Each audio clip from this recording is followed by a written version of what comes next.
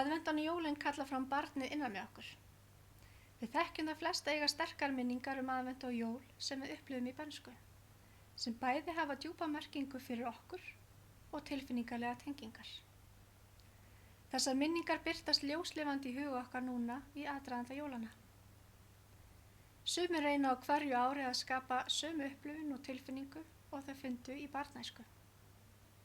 Á jólunum tengjum við frekar við barnið í okkur en á öðrum tíma ársins. Það eins og hjarta okkar sé sérstaklega opið á þessu tímabili og við verðum barnslegri og einlægari. Því miður það þó ekki þannig að allir vilja halda í heiðri minningum bernskujólana.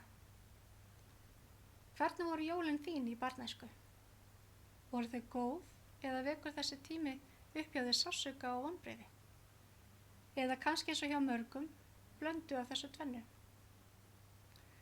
Hvernig líður barninu innan með þér í aðdraganda jóla? Fyrir þau sem hafa blendna tilfinningar gagnvart jólum getur verið sérstök áskorun að finna leiðir til að skapa nýjar hefðir og njóta hátíðarinnar sem framundan er.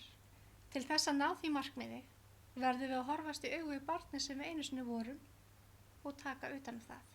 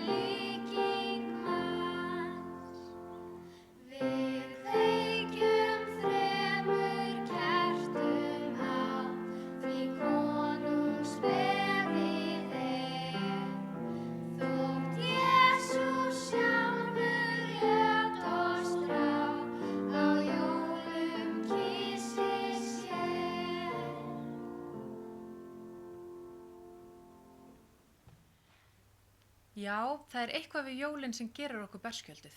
Það sára verður sárara og það fallega fallegra.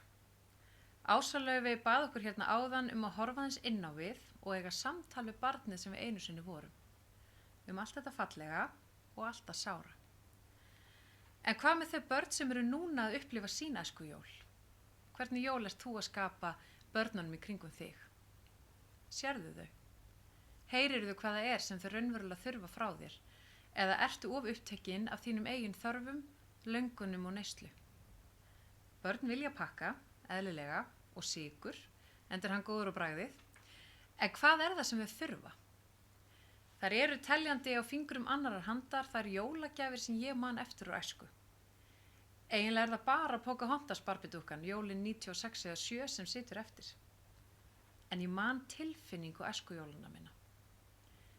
Það svo mikil gjöf að trúin okkar skuli meðal annars byggja á því að Guð hafi komið inn í þennan heim sem lítið barn. Þar liggur mikill sannleikur. Nýfætt barn á sama tíma einhver viðkvæmasta vera heimsins, en líka það sem veröldin okkar snýst hvað mest um. Það ekki margt sem við erum tilbúin að fórna jafn miklu fyrir og börnin okkar. Það auðvitað ekki til rétt svar við spurningunni hvað Guð, en í mínum huga Guð meðal annars von, traust, ást, tengsl, og það vill svo til að alla þessa hluti finn ég líka þegar ég horfa á börnin mín. Í Markúsar Guðspjalli stendur, og Jesús tók lítið barn, setti það meðal þeirra, tók það sér í faðm og sagði við þá: hver sem tekur við einu slíku barni í mínu nafni, tekur við mér. Þetta snýst ekki bara þín eigin börn, þú ber líka ábyrgð gagnvart næsta barni. Barninu sem að þú veist að býr við fátækt, barninu sem býr við neyslu og átök, barninu sem hagar sér óþolandi en þig grunar að líða ekki nógu vel. Kristur biður þig að láta þig varða þessi börn, því Guð býr líka í þeim.